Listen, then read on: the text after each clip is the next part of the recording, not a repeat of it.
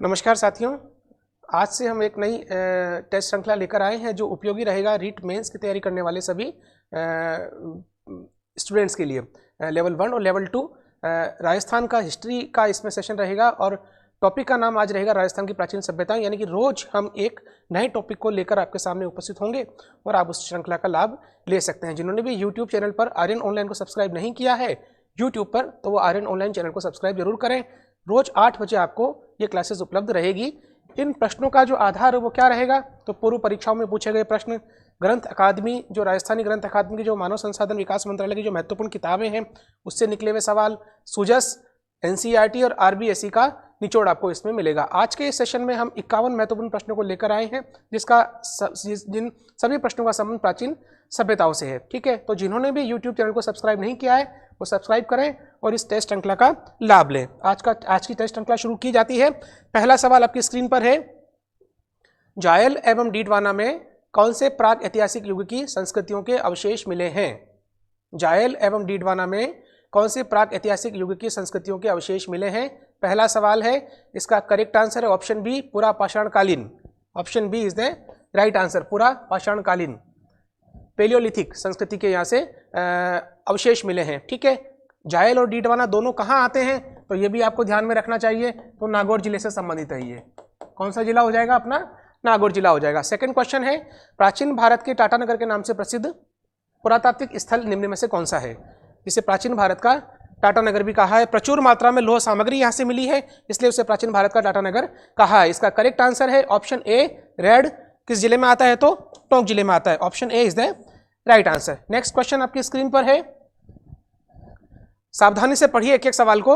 ताम्रयुगीन सभ्यता का स्थल जहां से ताम्र हारपून व तलवारें प्राप्त हुई है, ये एक प्रकार के शस्त्र थे जिससे वे लोग बड़े जानवर का शिकार किया करते थे। गेंडे जैसे बड़े जानवर का वो लोग शिकार किया करते थे। ये जो स्थल है ताम्रयुगीन सभ्यता का स्थल, वो निम्न में से कौन सा है? ये प्रश्न आपकी स्क्रीन पर है। इसका करेक्ट आंसर है ऑप्शन बी, मलाह। ऑप्शन बी, मलाह। मलाह कहाँ आता है? तो भरतपुर में आता है और घना पक्षी अभ्यारण्य जो है वहीं पर ये सभ्यता का स्थल भी प्राप्त हुआ है। कुराड़ा ध्यान रखेंगे आप, ये नागौर से संबंधित है। आहड़ आपको ध्यान है, उदयपुर में आता है। और किराडोद जो स्थल है वो जयपुर से संबंधित है। ये चीज अपने को थोड़ा सा ध्यान रखनी है। नेक्स्ट क्वेश्चन 4th नंबर का, निम्न में से किस सभ्यता का कुम्हार बिना चित्रांकन या रेखांकन के मृदभांड को आकर्षक बना लेता था? कहा जाता है कि चाक पर जब वो मृदभांड बनाता था तो अपनी उंगलियों से ही वो इस तरीके से कलाकारी करता था कि वो मृदभांड में कुछ शिल्पी का काम भी कर लिया करता था। तो वहां का कुंभकार, जिसके पूरे भारतवर्ष के इतिहासकारों ने निर्विवाद रूप से प्रशंसा की है कि ऐसा कुंभकार भारत की किसी अन्य सभ्यता स्थल से देखने को नहीं मिलता। तो ऐसा कुंभकार राजस्थान में किस सभ्यता स्थल का था जिसकी प्रशंसा भारत में भी की गई है? तो क्वेश्चन नंबर 4th है, इसका करेक्ट आंसर है option C, Ahar. Option C, Ahar. Ahar सभ्यता आयड नदी के किनारे है, बनास बेसिन से संबंधित है। नेक्स्ट क्वेश्चन आपकी स्क्रीन पर है, राम सेकाश्म नामक उपकरण जो स्फटिक पत्थरों से निर्मित होते थे किस सभ्यता की विशेषता है? Question number 5 correct answer option C, sorry question number 5 correct answer option A, Ahar. Ahar इसका करेक्ट आंसर है। राम सेकाश्म नामक उपकरण, ये आप शब्द ध्यान रखेंगे, राम सेकाश्म, और जो स्फटिक पत्थरों से निर्मित होते थे किस सभ्यता की विशेषता है? तो आहड़। ये मकान को इन सारे पत्थरों से, रंग बिरंगे पत्थरों से सुसज्जित किया करते थे। क्वेश्चन नंबर 6, निम्न में से किस स्थान पर लोहे गलाने वाली भट्टियां व लोहे को आकार देने वाली भट्टियों के अवशेष मिले हैं? क्वेश्चन नंबर 6, ये वो भट्टियां हैं, ये प्राचीन भारत की प्राचीनतम भट्टियों के नाम से भी जानी जाती है। एक तो धमनी धोकनी भट्टी आती है इसका नाम, और एक खुली धमन भट्टी नाम आता है। एक से लोहे गलाया करते थे और एक में लोहे को ढालकर उसको आकार दिया करते थे। इस तरीके की भट्टियां राजस्थान में मिली है, जो भारत की प्राचीनतम भट्टियों के नाम से जानी जाती है। क्वेश्चन नंबर 6 का करेक्ट आंसर ऑप्शन बी, सुनारी व नोह। सुनारी व नोह। सुनारी कहाँ आता है? झुंझुनू में। ठीक है, और नोह का मतलब आप तो आज जानते ही हैं, भरतपुर से संबंधित है। तो ये दोनों अलग अलग ऑप्शन भी इन केस मिल जाएं तो आपको प्राइमा फेसी में किस पे टिक करना है? तो सुनारी पे टिक करना है। ठीक है, ध्यान रहेगा। नेक्स्ट क्वेश्चन आपकी स्क्रीन पर है, निम्न में से कौन से कथन सही है? क्वेश्चन नंबर 7, स्टेटमेंट दिए हैं, आपको बताना है कि इसमें कौन कौन से कथन जो है वो सही है। कृषि का प्राचीनतम साक्ष्य सांभर से प्राप्त हुआ है, ये सही है या गलत है? तो ये बिल्कुल सही है। कालीबंगा बिल्कुल ठीक है, लेकिन कालीबंगा से भी पुराना साक्ष्य कहां से मिला है? तो सांभर से मिला है। पशुपालन का प्राचीनतम साक्ष्य बागोर से प्राप्त हुआ, ये भी बिल्कुल ठीक है। बागोर आता है अपने भीलवाड़ा जिले में कोठारी नदी के किनारे। बागोर को आदिम संस्कृति का संग्रहालय कहते हैं, बिल्कुल ठीक है। मैक्रोलिथिक एज के सूक्ष्म पाषाण के उपकरणों का यहाँ से भंडार मिला है, इसलिए इसको आदिम संस्कृति का संग्रहालय भी कहते हैं। राजस्थान में सरस्वती युग की सभ्यता प्राप्त हुई है, बिल्कुल प्राप्त हुई है। कहाँ? कालीबंगा, सरस्वती युग की सभ्यता ही है वो। ये भी स्टेटमेंट जो है बिल्कुल ठीक है। स्टेटमेंट नंबर 5, त्रिशूल व अपोलो एवं यूनानी भाषा में, इंडो ग्रीक भाषा में लिखित मुद्रा बेराट से प्राप्त हुई है। ये स्टेटमेंट गलत है, ये कथन गलत है, क्योंकि ऐसी मुद्रा मिली तो है राजस्थान से, लेकिन बेराट से नहीं मिली है। कहां से मिली है? तो आहड़ से मिली है। तो ये जो स्टेटमेंट हो जाएगा वो क्या हो जाएगा? गलत हो जाएगा। और इसके आधार पर इसका जो करेक्ट आंसर है 1, 2, 3 और 4, ये चारों स्टेटमेंट सही है, तो option C is the right answer. एक एक स्टेटमेंट को ध्यान से आप पढ़िएगा। नेक्स्ट क्वेश्चन आपकी स्क्रीन पर है, निम्न में से कौन सा सभ्यता स्थल आहड़ सभ्यता का स्थानीय प्रारूपिक स्थल आहड़ सभ्यता के विस्तार के रूप में भी जाना जाता है या कहलाता है? क्या ओझियाणा, गिलुंड, बालाथल और बागोर, ये 4 सभ्यता स्थल लिखे हुए हैं। आपको यह बताना है कि आहड़ संस्कृति का ही वो स्थल है, आहड़ सभ्यता का ही वो स्थानीय प्रारूपिक स्थल है, आहड़ सभ्यता का ही वो विस्तार है। हाँ, ये जरूर ध्यान रखना है कि एक ऐसी सभ्यता भी इनमें से कोई हो सकती है जो आहड़ के समानांतर तो है पर आहड़ से कनेक्टिंग नहीं है। चीज समझ में आ रही है ना? यानी कि आहड़ की एक कॉलोनी टाइप, आहड़ से कनेक्टिंग नहीं है। तो ओझियाणा ये सही है, गिलुंड ये भी सही है, बालाथल और बागोर ये दोनों गलत है। बालाथल सभ्यता जो है वो ताम्र पाषाण युगीन और लोह युगीन सभ्यता से भी कनेक्ट आगे बढ़ गई थी। ये आहड़ संस्कृति के समानांतर ये खड़ी हुई थी, लेकिन इसका संबंध जो है वो आहड़ सभ्यता का विस्तार के रूप में नहीं माना जाता है। ठीक है, ओझियाणा जो भीलवाड़ा में है और गिलुंड जो कि राजसमंद में है, ये दोनों स्थल जो हैं 1 और 2, ये दोनों स्थल जो हैं वो आहड़ सभ्यता के विस्तार माने जाते हैं। ये बहुत ध्यान रखना, बहुत अच्छा सवाल है ये। तो आहड़ सभ्यता का ही विस्तार किन सभ्यताओं के रूप में हुआ? तो ओझियाणा और गिलुंड के रूप में हमें दिखाई देता है। Option C is the right answer. Okay, Balathal सभ्यता, फिर मैं रिपीट कर रहा हूं कि आहड़ के समानांतर थी, लेकिन आहड़ सभ्यता से उसका कोई संबंध नहीं था, वो स्वतंत्र रूप से विकसित हुई थी। लेकिन ओझियाणा और गिलुंड को आहड़ सभ्यता से संबंधित सभ्यता मानते हैं। क्वेश्चन नंबर 9, आहड़ को निम्न में से किस नाम से नहीं पुकारा जाता है? क्वेश्चन नंबर 9 का आपको आंसर देना है। अघाटपुर, ताम्र नगरी, ताम्रवती नगरी और धूलकोट। तो क्वेश्चन नंबर 9 का करेक्ट आंसर है, क्वेश्चन नंबर 9 का जो करेक्ट आंसर है वो है ताम्र नगरी। Option B is the right answer, ताम्र नगरी ये इसका बिल्कुल सही उत्तर है। नेक्स्ट क्वेश्चन आपकी स्क्रीन पर है, राजस्थान की कौन सी सभ्यता हड़प्पा सिंधु सभ्यता को तांबे की आपूर्ति करती थी? राजस्थान की कौन सी सभ्यता है जो हड़प्पा सिंधु सभ्यता को तांबे की आपूर्ति करती थी? तो गणेश्वर सभ्यता, ऑप्शन बी इसका बिल्कुल करेक्ट आंसर है। कांतरी नदी के किनारे नीम का थाना सीकर में है ये, और ये जो सभ्यता है वो ताम्रयुगीन सभ्यता की जननी के रूप में भी जानी जाती है, और यही सभ्यता जो है वो सिंधु घाटी सभ्यता को तांबे की आपूर्ति करती थी। क्वेश्चन नंबर 11, राजस्थान में निम्न में से कौन से काल के सभ्यता स्थल मिले हैं? प्रागैतिहासिक काल, ताम्र काल के, ताम्र पाषाण काल के और मौर्य काल के। तो आपको ये बताना है कि राजस्थान में कौन कौन से काल के सभ्यता स्थल प्राप्त हुए हैं।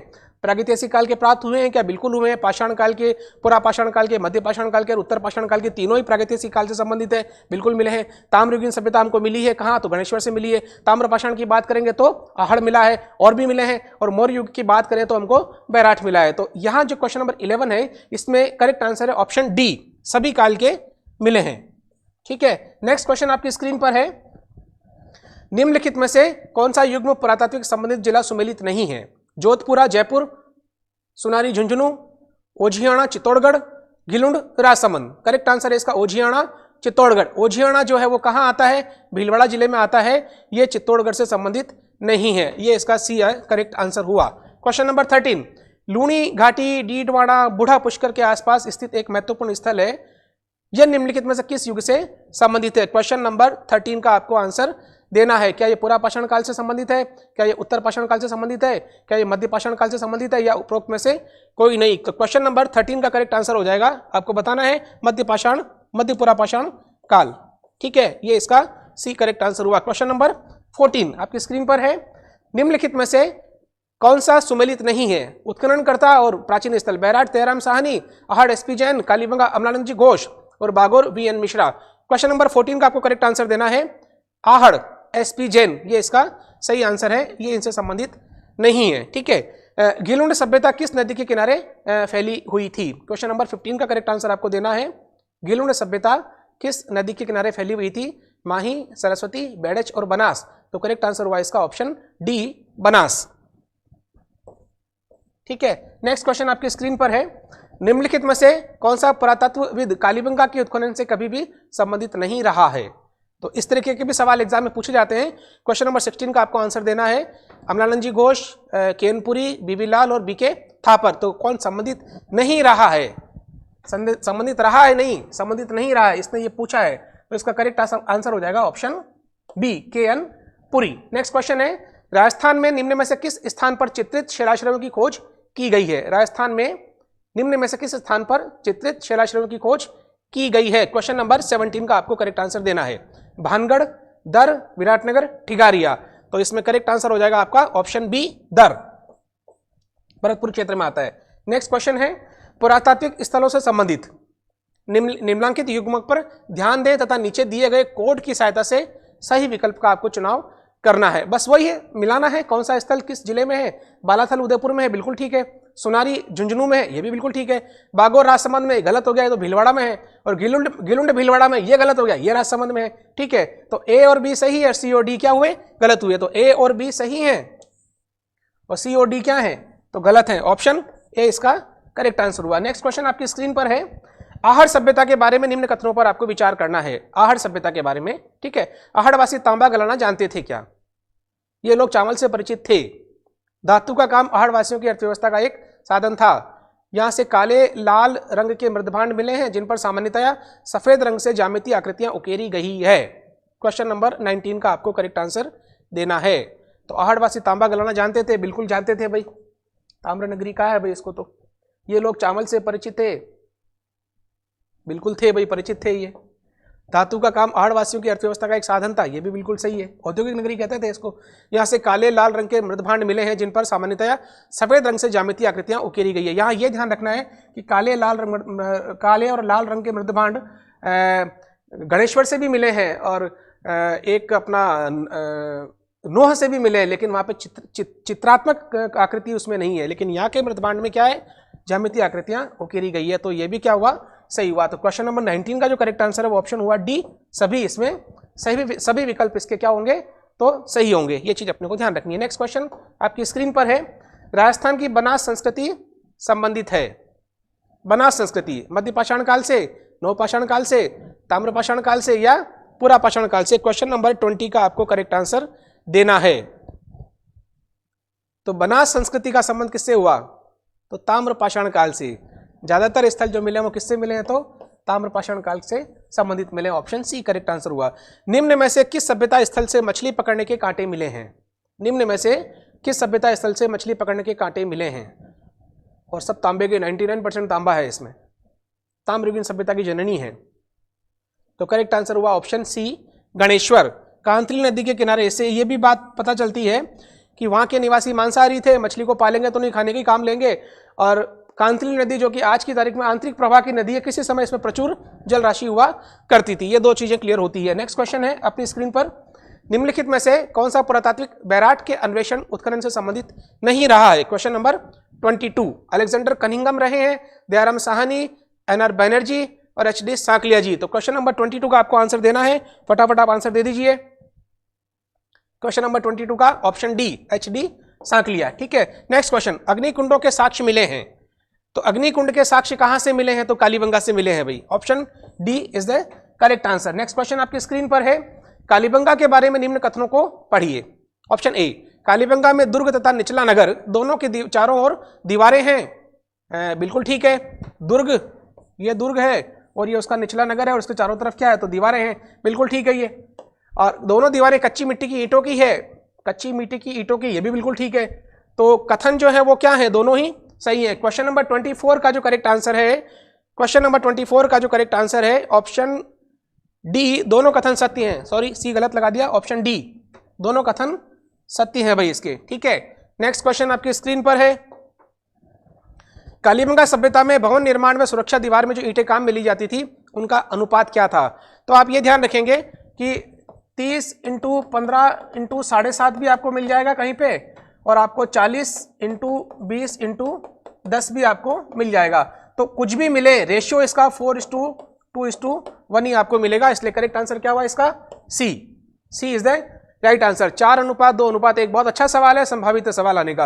राज्य के किस सभ्यता स्थल में एक ही भवन में एक साथ 6 चूल्हे मिले हैं? राज्य के किस सभ्यता स्थल में एक ही भवन में एक साथ 6 चूल्हे मिले हैं, जो बताता है कि वो परिवार जो थे वो सामूहिक परिवार थे, जॉइंट फैमिली का वहां पे कल्चर था। तो ये जो मिला है वो है मिला ऑप्शन बी आहड़ से, आहड़ उदयपुर में है।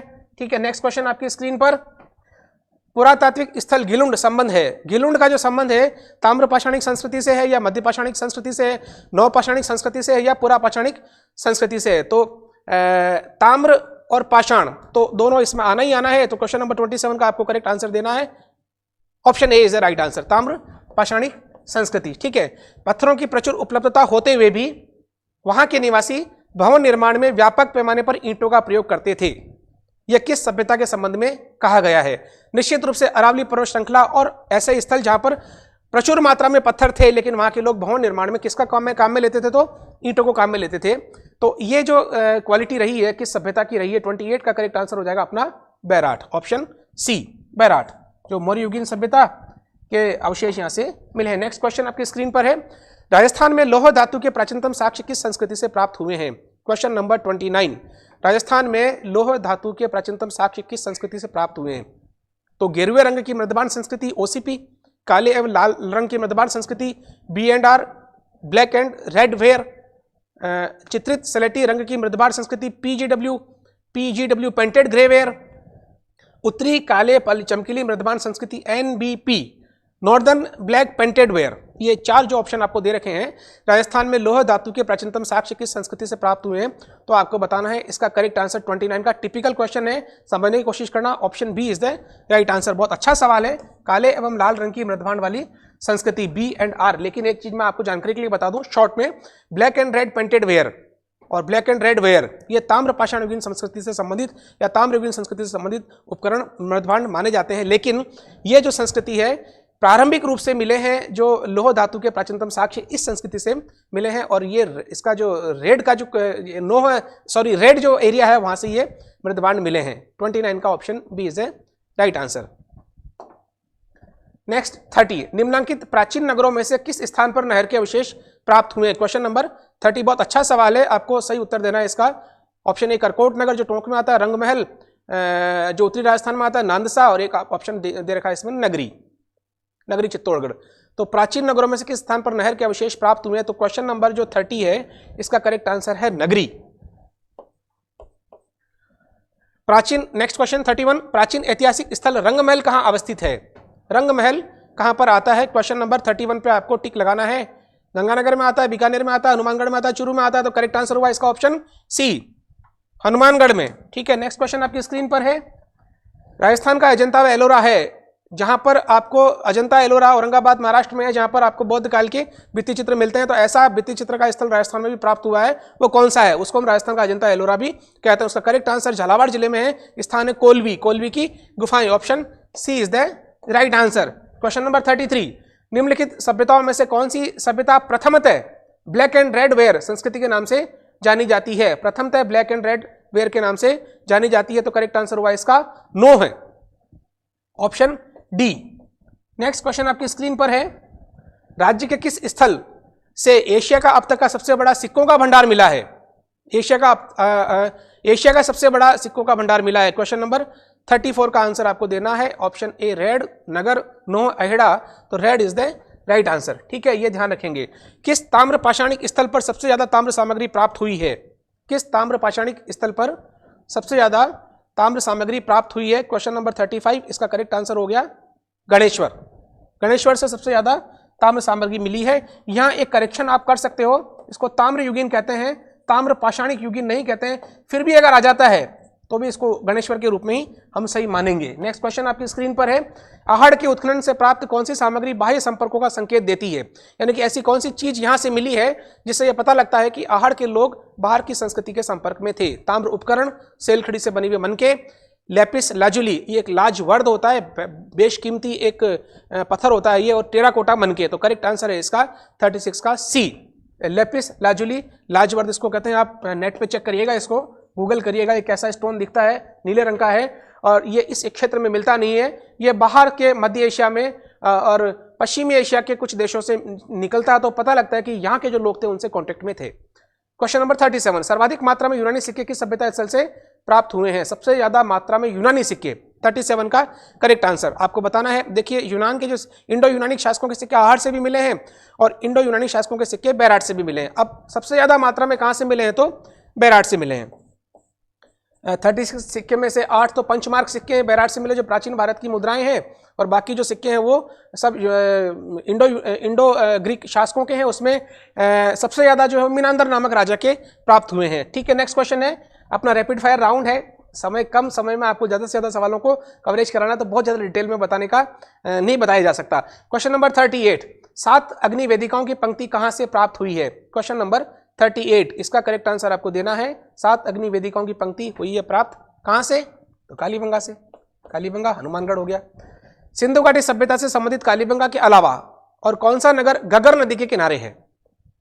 तो कालीबंगा में मात्रा गलत है भाई, इसको आप सही करें। ये कालीबंगा, तो सिंधु घाटी सभ्यता से संबंधित कालीबंगा के अलावा और कौन सा नगर घग्गर नदी के किनारे मिला है? तो क्या हड़प्पा मिला है, रोपड़ मिला है, रंगपुर मिला है या बनवाली मिला है?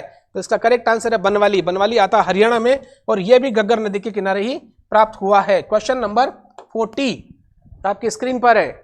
लंबा चौड़ा सवाल है, ध्यान से पढ़िए। आहड़ के विषय में निम्नलिखित कथनों में से कौन से कथन असत्य हैं? आहड़ के उत्खनन से मानव जीवन के विभिन्न चरणों पर प्रकाश पड़ता है, ये सही है, क्योंकि प्रागैतिहासिक काल के भी एविडेंस मिलते हैं, ताम्र के भी मिलते हैं और बाद में कालांतर में लोह काल के भी मिलते हैं और ताम्रपाषाण काल के भी मिल जाते हैं। आवासीय भवनों की नींव ईंटों की होती थी। मिट्टी अथवा कच्ची ईंटों से निर्मित भवन अब उपलब्ध नहीं है। आहड़वासी दीवारों पर नींवों को मजबूत एवं सौंदर्यीकरण बनाने हेतु मिट्टी में क्वार्ट्ज के टुकड़े एवं चिप्स के मिश्रण का प्रयोग करते थे। अब आपको करेक्ट आंसर देना है, तो ऑप्शन होगा इसका बी, आवासीय भवनों की नींवें ईंटों की होती थी। नींवें ईंटों की नहीं होती थी भाई। ठीक है, नेक्स्ट क्वेश्चन हो जाएगा आपका, कालीबंगा सभ्यता में शासन व्यवस्था किस प्रकार की थी?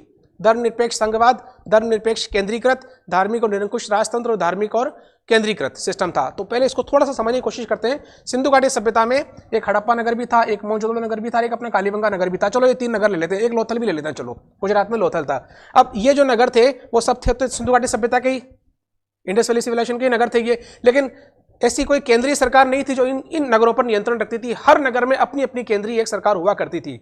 यानी कि ये जो सिस्टम था वो संघवाद वाला सिस्टम हो गया, केंद्रीकृत तो रहा नहीं। ये तो चीज क्लियर हुआ कि ऐसा कोई एक कैपिटल पूरी सभ्यता का नहीं रहा हो, जैसे अभी भारत देश का कैपिटल दिल्ली है। तो आहड़ सिंधु घाटी सभ्यता में या आहड़ सभ्यता के अंदर हर नगर की अपनी अपनी शासन व्यवस्था होती थी। तो सिस्टम क्या हुआ, केंद्रीकृत तो रहा नहीं, ये संघवाद हो गया, संघीय सिस्टम हो गया। ठीक है, अब बात आती है धर्मनिरपेक्षता की। तो बिल्कुल है, अलग अलग प्रकार की उपासना पद्धति के संकेत यहां से मिलते हैं। तो इसका करेक्ट आंसर है, बहुत ही जबरदस्त सवाल है ये, 41 का करेक्ट आंसर ऑप्शन ए, धर्मनिरपेक्ष संघवाद, ये इसका करेक्ट आंसर हुआ। ठीक है, चीज समझ में आई है आपको। नेक्स्ट, अब धर्मनिरपेक्ष कैसे हुआ? तो योगी की मूर्ति भी मिली है, मातृ देवी की मूर्ति भी मिली है, स्वस्तिका चिन्ह भी मिला है, पीपल की भी पूजा होती है, वृक्षों की भी पूजा होती है। तो ये क्या है, जिसको जो चीज अच्छी लग रही है, एक कोई सिंगल चीज नहीं है,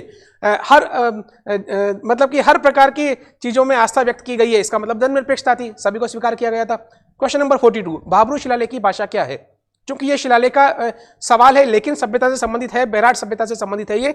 तो भाबरू शिलालेख बीजक की पहाड़ी पर जो मिला है उस शिलालेख की भाषा क्या है? तो प्राकृत। अब इसमें प्राकृत ऑप्शन दे नहीं रखा है, तो करेक्ट आंसर क्या हुआ? अर्धमागधी। तो ये ध्यान रखना, ये रीट मेंस में पूछा गया सवाल है, पहले जो एग्जाम होते थे तो ये प्राकृत है। रीट डायरेक्ट जो सवाल रीट के होते थे, इसके बाद इक्विपमेंट मिल जाता था, पोस्टिंग मिल जाती थी। तो प्राकृत, अर्धमागधी भी आप कहें इसको और आप इसको प्राकृत भी कह सकते हैं। ठीक है, नेक्स्ट क्वेश्चन आपकी स्क्रीन पर है, गुप्त शासकों के सिक्कों का सबसे बड़ा भंडार किस स्थान से प्राप्त हुआ है? क्वेश्चन नंबर 43, आंसर आपको देना है। गुप्त शासकों के सिक्कों का सबसे बड़ा भंडार कहां से प्राप्त हुआ है? तो नगलाछेल, ये बयाना के पास में है, बयाना मतलब भरतपुर हुआ। आहेड़ा भी भरतपुर में आता है, बैराट अपना जयपुर है और भीनमाल अपना जालोर है। तो गुप्त शासकों के सिक्कों का भंडार यहां से भी मिला है और यहां से भी मिला, पर यहां पूछा इसने सबसे बड़ा भंडार 1821 मुद्राएं करीब मिली है, लगभग 1850 सवा 1800 के आसपास। तो करेक्ट आंसर है इसका नगलाछेल। नगलाछेल इज द राइट आंसर है। आहेड़ा ये सरवाड़ के आसपास आता है, कहीं अजमेर के आसपास। तो 43 का करेक्ट आंसर क्या हुआ इसका? ऑप्शन ए, नगलाछेल, बयाना, भरतपुर। 44, बागोर से तीक्ष्ण धार वाले फलक, ब्लेड, हथौड़े, गोफन की गोलियां, छेद वाले पत्थर जैसी सामग्री का मिलना वहां के निवासियों के बारे में क्या दर्शाता है? बहुत ही जबरदस्त सवाल है, अब आपको इसका सावधानी से उत्तर देना है। बागोर से तीक्ष्ण धार वाले फलक, हथौड़े, गोफन की गोलियां। भाई हल तो मिला नहीं है, हल होता तो हम एग्रीकल्चर मानते, तीक्ष्ण धार वाले फलक मिले हैं जिसको लकड़ी पर या हड्डी के मुहाने पर लगा के उसको एक तरीके से हथियार के रूप में काम में लेते थे।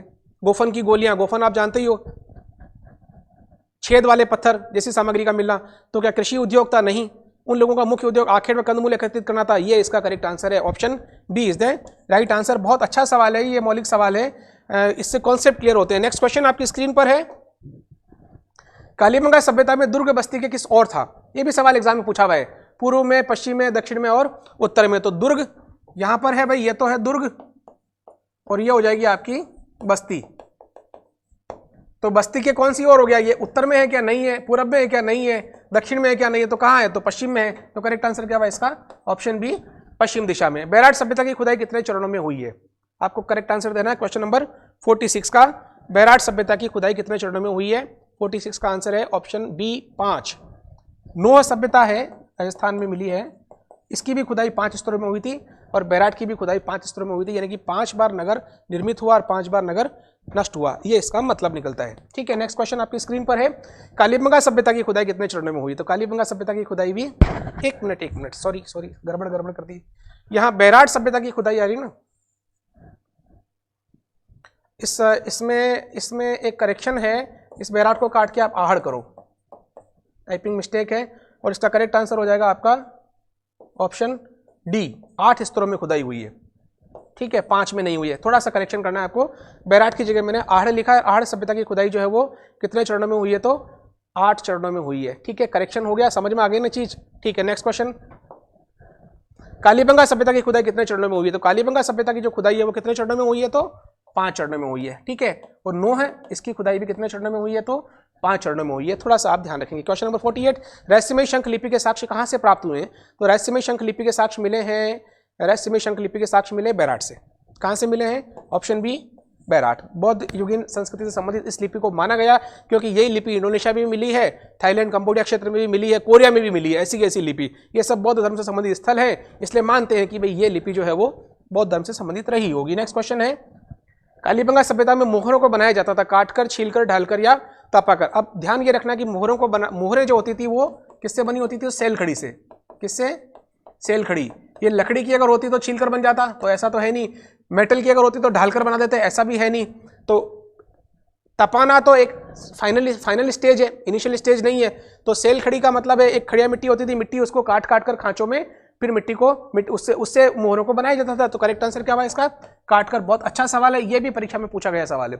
राजस्थान में प्रागैतिक सभ्यता से संबंधित कौन से काल के अवशेष मिले हैं? Palaeolithic, mesolithic, neolithic. देखिए, पेलियोलिथिक का मतलब है पुरापाषाण काल, इंग्लिश में भी आप थोड़ा सा ध्यान रखेंगे, पुरापाषाण काल, ये मध्यपाषाण काल और ये नवपाषाण काल।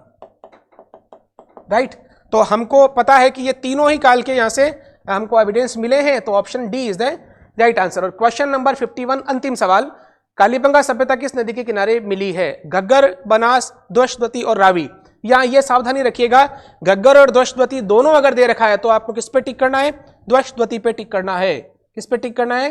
द्वष्टवती पे टिक करना है। ये बहुत सावधानी रखने की जरूरत है। सरस्वती नदी के किनारे बसी हुई सभ्यता है, द्वष्टवती नदी के किनारे बसी हुई सभ्यता है। अब यहाँ सरस्वती तो ऑप्शन दे ही नहीं रखा, तो कंफ्यूजन की कोई बात ही नहीं है। घग्गर और द्वष्टवती दे रखा है तो आपको अभी टिक जो करना है वो किस पे करना पड़ेगा? द्वष्टवती पे करना पड़ेगा। अगर आपको घग्गर, बनास, बाणगंगा, रावी ऐसे ऑप्शन मिलते तो फिर आप घग्गर पे टिक कर देते, लेकिन घग्गर के साथ में यदि आपको द्वष्टवती दे रखा है या सरस्वती भी दे रखा होता, सरस्वती भी, तो भी आप घग्गर पे टिक नहीं करके उन नदियों पे टिक करते। ये था अपना आज का सेशन। कल का जो सेशन रहेगा वो हम फिर एक नए फ्लेवर में आएंगे और शिलालेख से संबंधित सवाल और जनपद से संबंधित सवालों को हम लेंगे। ठीक है, राजस्थान के इतिहास के स्रोत के सवालों के रूप में हम बात करेंगे। तो ये आर्यन ऑनलाइन चैनल है, आप सभी को ढेर सारी शुभकामनाएं। ठीक है, और ये यूट्यूब है, आप सब्सक्राइब कर लीजिए और रेगुलर हमारे सेशन से जुड़िए और उसका लाभ उठाइए।